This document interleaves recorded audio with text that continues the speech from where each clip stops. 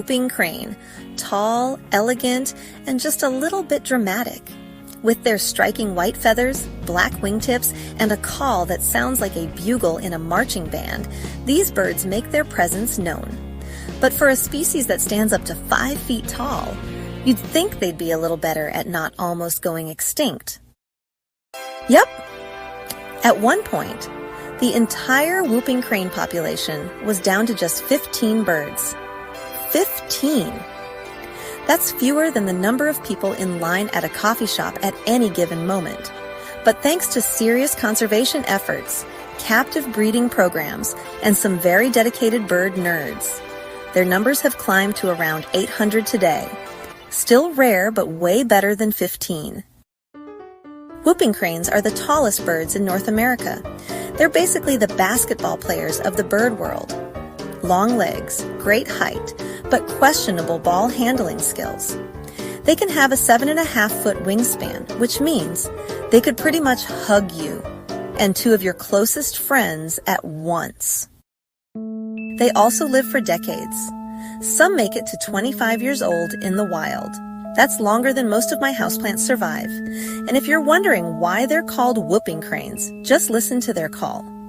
It's loud, high-pitched, and sounds like a mix between a trumpet and a very determined goose.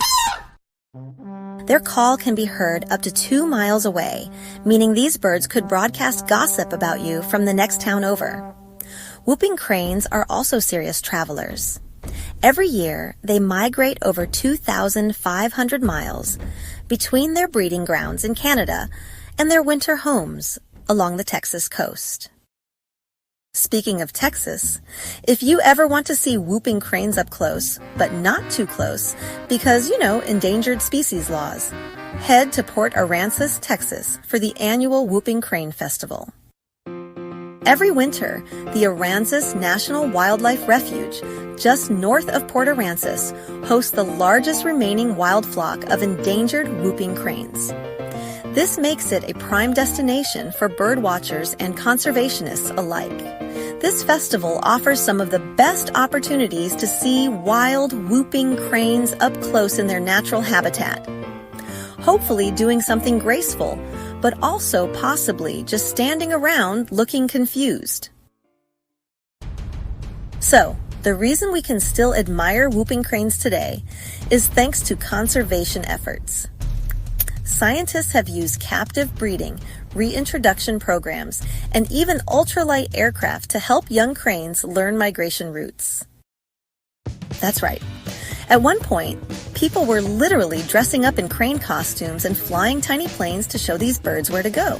Noble work for sure, but try explaining that job to your friends. Protecting wetland habitats has also been key. Whooping cranes rely on places like Aransas National Wildlife Refuge for survival. So keeping these areas safe from development and pollution is a huge deal. So, final thoughts? I'm thinking whooping cranes are kind of awesome. Whooping cranes are tall, loud, and rare. They were almost wiped out, but have made an incredible comeback.